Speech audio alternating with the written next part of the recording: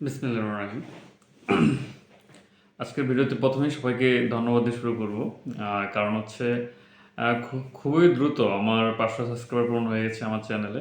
এজন্য আমার সকল দর্শক শ্রোতাকে অসংখ্য ধন্যবাদ।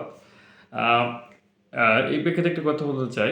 প্রত্যেকটা কাজের লক্ষ্য আমি প্রথম ভিডিওতে বলেছিলাম যে লক্ষ্য ঠিক রাখতে হয়।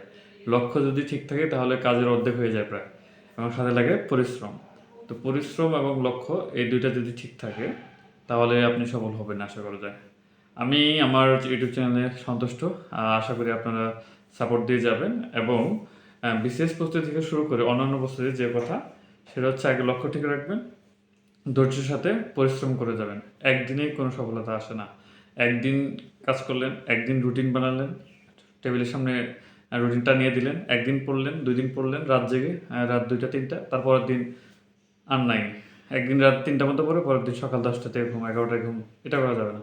রেগুলার করতে হবে। স্ট্র্যাটেজিটা মেইনটেইন করতে হবে যে হ্যাঁ, আজকে এই রুটিনটা এতদিনের জন্য ১৫ দিন। ১৫ দিনের মধ্যে আপনার হোক, ১ দিন না, আপনি ১০ দিন কমপ্লিট করেন।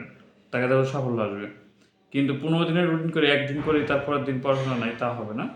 আ রুটিনটা সুন্দরভাবে ফলো করার চেষ্টা করবেন। তো ধৈর্যের সাথে কাজ করলে ইনশাআল্লাহ সফলতা আসবেই। আবারও সকলকে ধন্যবাদ জানিয়ে আজকে শেষ করছি। ধন্যবাদ।